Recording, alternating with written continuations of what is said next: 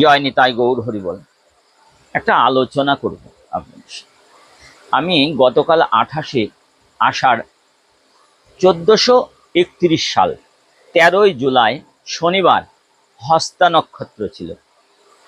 আমি বাইকে করে বাড়ি থেকে বেরিয়ে কুশকারি গ্রাম বলে একখানা জায়গা, সেখানে যাচ্ছিলাম। তো যাওয়ার পথে অন্তত 3খানা জায়গায় শনিদেবের পূজা হচ্ছে। তো একটি জায়গায় আমার বাইকটা ধরে নেওয়া হলো। ধরবার পরে জয় নিতাই গৌর হরিবল বলে যে গোসাই বাবা আমাদের কিছু চাঁদা দেওয়া হোক, সেবার জন্য কিছু দেন। আমি বললাম কি সেবা?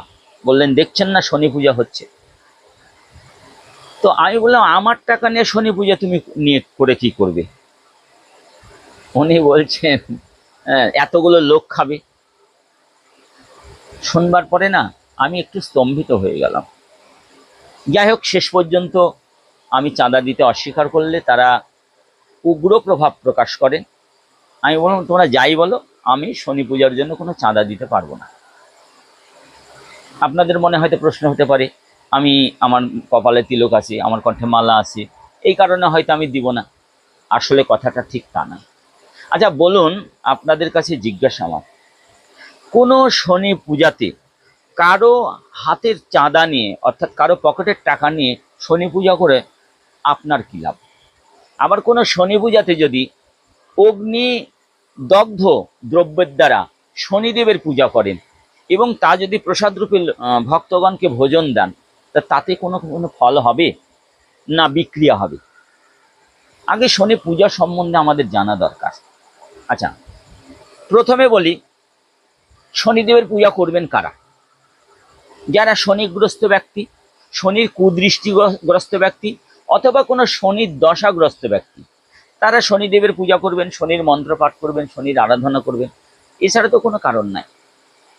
কোনো রাস্তার মোড়ে, কোনো একটা জায়গায়, কোনো একটা গলির ধারে, সেখানে আমরা যে শনি পূজাগুলো করে থাকি, কেন করি? কেউ বলছেন এখানে প্রায় দিনই অ্যাক্সিডেন্টের লোক মারা যায়। আচ্ছা বলুন তো, শনি পূজা করলে অ্যাক্সিডেন্ট বন্ধ হবে? কোথাও হয়েছে দেখাতে পারবেন এরকম কোনো দৃষ্টান্ত আছে? আচ্ছা বলুন, শনির দৃষ্টির কারণে কারো অ্যাক্সিডেন্ট হয়ে মারা গেছে, গলায় ফাঁসি দিয়ে মারা গেছে, বিষ খেয়ে মারা গেছে, এমন কোনো প্রভাব কোনো বেদ পুরাণ উপনিষদ পাঠ কোনো পঠন পাঠনে আপনারা দেখাতে পারবেন? আমার মনে হয় কোথাও পারবেন না। সত্যিকার কথা বলতে কি, ব্রাহ্মণ্যবাদ আর ব্রাহ্মণদের জীবিকার জন্য এই যে প্রথা বিশেষ আমাদের পূজা পাঠ আদি, এই যে আমাদের কোন পথে নিয়ে যাচ্ছে, সনাতন ধর্মটাকে কোন দিকে বিগলিত করে নিয়ে যাচ্ছে, আমি প্রতিবাদ করছি না, আমি শুধু জানবার জন্য এবং জানানোর জন্য। আমার যদি ভুল থাকে আপনারা আমাকে জানাবেন, আর আপনাদের যদি কোনো জানবার ইচ্ছা থাকে তাহলে অবশ্যই কমেন্টে লিখুন, আমি আপনাদের জানিয়ে দেব। শনি পূজায় পরধারকৃত দ্রব্যের দ্বারা পূজা করলে সেই পূজা নিষ্ফল হয়, এটা প্রথম সিদ্ধান্ত। শনিদেবের পূজাতে কোনো অনাচার বিশিষ্ট কাজ হলে, যেমন অগ্নি দগ্ধ দ্রব্যের দ্বারা সেবা করা, এবং শনির যে প্রসাদাদি সকলের উপযুক্ত না, সবাই শনিদেবের প্রসাদ খেতে পারেন না, এরকম তারই নির্দেশাবলীতে আছে। যদি মনে করেন তাহলে আমার একটা ছোট্ট কথা, রামায়ণ পড়ুন। রামায়ণের যথেষ্ট, রামচরিতে যথেষ্ট সিদ্ধান্ত দেওয়া আছে, তাহলে বুঝুন।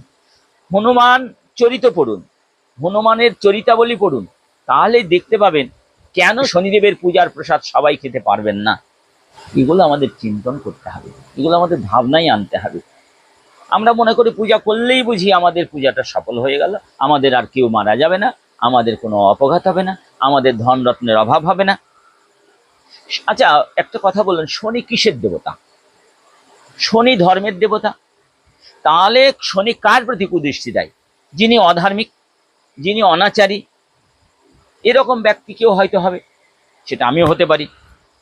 কিন্তু কথাটা হলো, যেই ব্যক্তির প্রতি শনির দৃষ্টি সেই ব্যক্তি কেবল শনি পূজা করবে, এবং সেই প্রসাদটা যদি খেতে হয় তাহলে সেই খাবে। তবুও শাস্ত্রে যথেষ্টভাবে নিষিদ্ধ আছে, সেই প্রসাদ খেতে কোনো অনাচার করা যাবে না। যে বস্ত্র পরিধানে পরে সেই প্রসাদ খাবে, সঙ্গে সঙ্গে সেই হাত কাপড় চোপড় গিয়ে সরাসরি নদীতে অথবা কোনো পুষ্করণীতে কোথাও স্নান করে উঠে আপনাকে ঘরে আসতে হবে। যদি সেই প্রসাদ খেয়ে ওই কাপড়ে ঘরে ফিরেন তাহলে নিশ্চয় আপনার শনির প্রভাবটা আপনার সংসারে পড়বে। আপনার অর্থ অনটন হবে, আপনার সংসারে বিঘ্ন হবে, সংসারে দ্বন্দ্ব ঝগড়া বিবাদ এগুলো হতে থাকবে। অথচ আমরা বিধান মানি না, মুখবাচকতা। বিশেষ করে আমরা বাঙালি খাওয়া পেলে তো সব ভুলে যাই, খাবার পেলে যে কোনো পূজা হলে খেতেই হবে, খাওয়া ছাড়া কোনো পূজা নেই। দুঃখকর কথা এইগুলো, সব পূজায় খাওয়া নাই। নারায়ণ পূজা করুন, অবারিত দাঁত দিয়ে সকলকে প্রসাদ দিন। বলবেন শনি পূজা করতে গেলে আগে নারায়ণ পূজা করা হয়। আচ্ছা বলুন তো, যদি একটা রাস্তার মোড়ে শনি পূজা করেন, সেখানে নারায়ণ পূজা সম্ভব? বলুন, কোন সিদ্ধান্ত পেলেন? বিষ্ণু পুরাণ, বিষ্ণু ধর্মোত্তর, নারদ পুরাণ, বৃহৎ নারদীয় কোনো পুরাণ পাঠনে আপনি পাবেন? ভাগবত পুরাণ, ব্রহ্মবৈবর্ত পুরাণ, পদ্ম পুরাণ, কোন একটা পুরাণের নাম বলুন, অমুক পুরাণে আছে এই কথাটা। আসলে আমরা কি করেছি? দুঃখটা এইখানটাই আমার, যে আজকে সমাজটা যাচ্ছে কোন দিকে? ধর্মের নামে কুয়াচার, খাওয়াটাকেই সব থেকে বড় করে নিয়েছি আমরা। সকলের কাছে করপুটে প্রার্থনা, যদি শনিদেবের পূজাই করতে হয়, আপনার যদি বিশেষ প্রয়োজন হয়, আপনি যদি শনিগ্রস্ত হন, শনির কুদৃষ্টিতে থাকেন, শনির দশাকালে থাকেন, তাহলে অবশ্যই আপনি শনি পূজা করবেন, এবং তা কোনো ব্রাহ্মণ্যবাদের দ্বারা না। আমাদের বেদশাস্ত্র আদিতে এমনভাবে বলা হয়েছে, সেই শনি পূজা আপনাকেই করতে হবে, অন্য কারো দ্বারা পরিচালিত হলে হবে না। কিভাবে করবেন, কিভাবে করতে হবে, দরকার হলে কোনো বিজ্ঞজনের কাছে জানুন, জানবার পরে তাহলে শনি পূজা করুন। আমি বড় মর্মাহত পরিস্থিতিতে এই ভিডিওটা বানাচ্ছি। আমার বলার মধ্যে কিছু কম থাকতে পারে, কেননা হঠাৎ করে একটা কথা বলা অত সহজে হয় না। তবু বলি, যদি কোনো রকম ভুল ত্রুটি থাকে ধরেই দিবেন, আমি ওই জায়গাটা সংশোধন করে আপনাদের বুঝিয়ে দেব। জয় নিতাই গৌর হরি বল।